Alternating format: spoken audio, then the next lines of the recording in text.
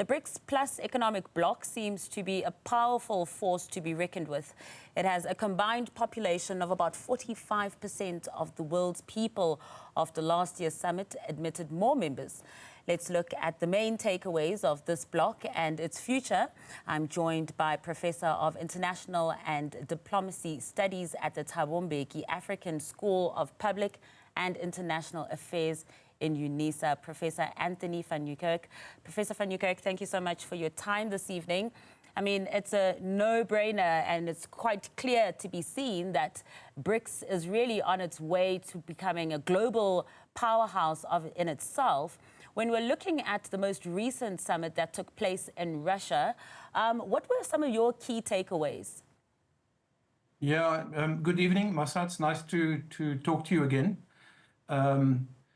Some people agree it's a no-brainer.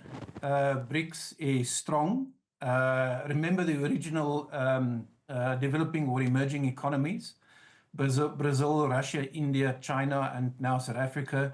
That list has expanded to include 4 more. Iran, Ethiopia, Egypt, the United Arab Emirates, and possibly Saudi Arabia, but it's sitting on the sidelines. And that configuration tells you that if they work together, they can control the oil price and more of the global GDP. So indeed, it looks like a rising star. And in Kazan, Russia, where the most recent summit took place, where our president was present and represented the African interest, it became apparent that there were decisions that were made to strengthen the relationship amongst the BRICS members. And they even expanded their membership to include 13 others, but maybe as associates or partner countries. And the key takeaways from Kazan is around economic cooperation and coordination. As the previous interviewer said, you know, the economy sits at the heart of development. So there's the idea, there are many ideas to be implemented. A grain exchange to ensure food security amongst members of BRICS, for me, stands out. The ability to trade amongst themselves in their own currencies and not the dollar. The establishment of many of these instruments to facilitate increased trade, I think, is important. And then, as a throwaway, they also say that they do concern about peace and security, and they want to promote diplomacy rather than conflict. Yeah, and Prof, just remembering when it started, mentioning those 5 initial countries, including South Africa, who would have thought that a couple of years later we'll have all these new members? And speaking about, you know, the price of oil as well, the BRICS countries, BRICS Plus countries now, they produce about 44% of the world's crude oil. I mean, that being said alone, that clearly puts out a shake into the structure of global governance.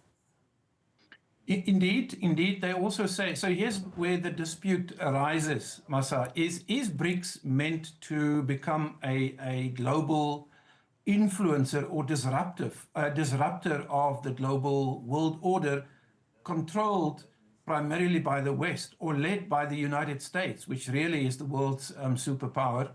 Or does BRICS want to participate in processes of global governance and influence decisions to their own advantage? And there are differences of opinion about that.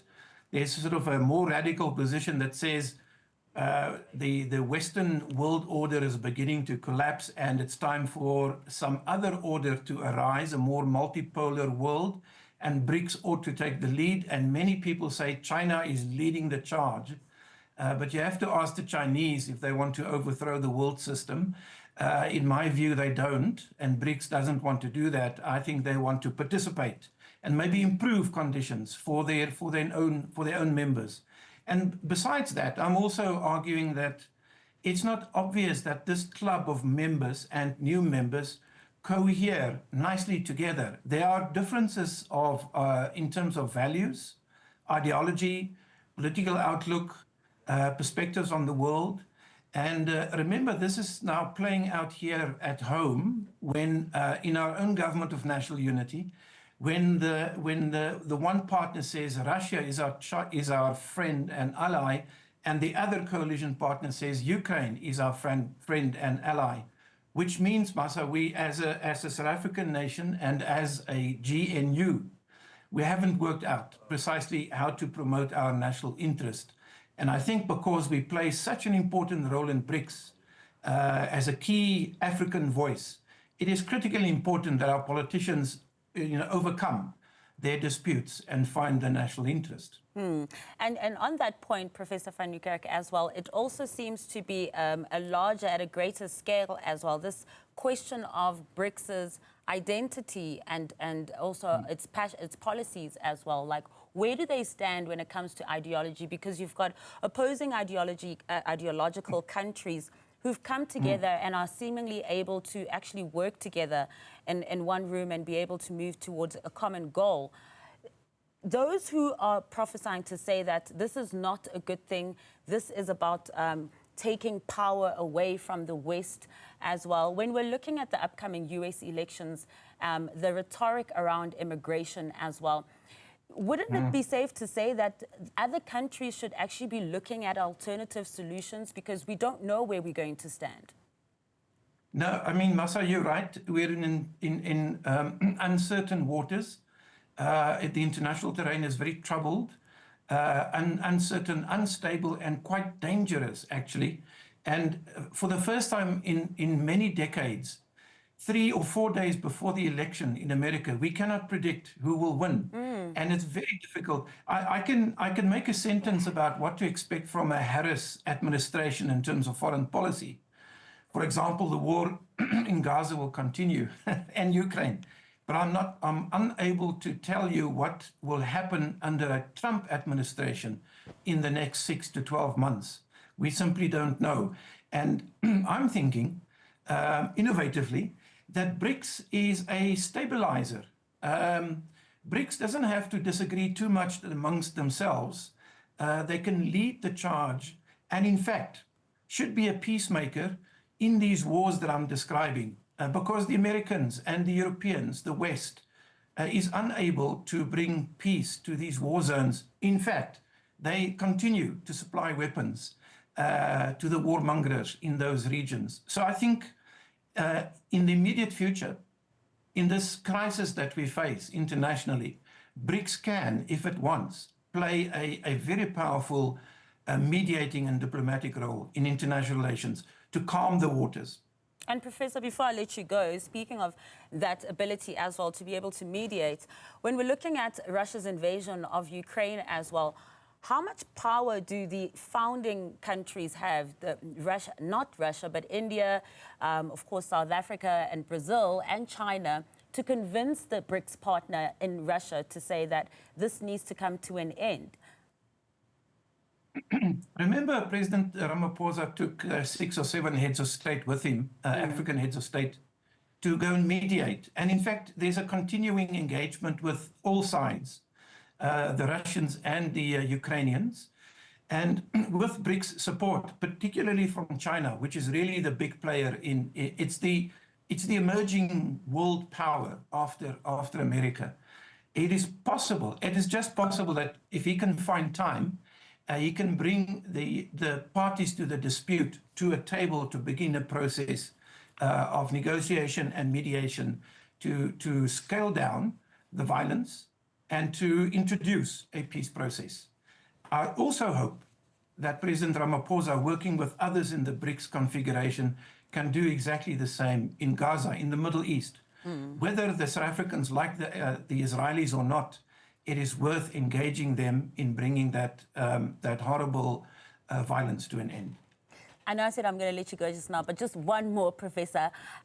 For those who say that the Brics countries are a shield for Russia to not face the wrath that it's supposed to be facing from the international community for its acts in Ukraine, what do you say about that? To say that these are the countries are cushioning Russia right now, just briefly? Yeah, briefly is very difficult because it's a complex discussion. Yeah. It is true that President Putin was able to bring about 30 heads of state, to Kazan to show the world that he's not isolated or alone, that he is supported by the majority in the global south, in the developing world. And this story of him being tried at the ICC for crimes of war crimes and crimes of and so on and so forth needs to be seen in the context of the Americans and the Europeans who are allowing violent crimes and crimes of war to be committed in different conflict zones. So this is a standoff. And in fact, if a peace resolution is not found between the Americans and the Europeans who support Zelensky in Ukraine and Netanyahu in Israel, these conflicts has the potential to explode. And under a Trump administration or a Harris administration, we don't know at the moment how that will go. So the idea of peacemakers, rather those are warmongers, is critically important. And I have an idea that our country and the Brics members have the ear of President Putin and would be able to speak to him about peace processes. Professor van Nieuwkerk, always a pleasure gaining your insights. Have a wonderful evening. Thank you for joining us.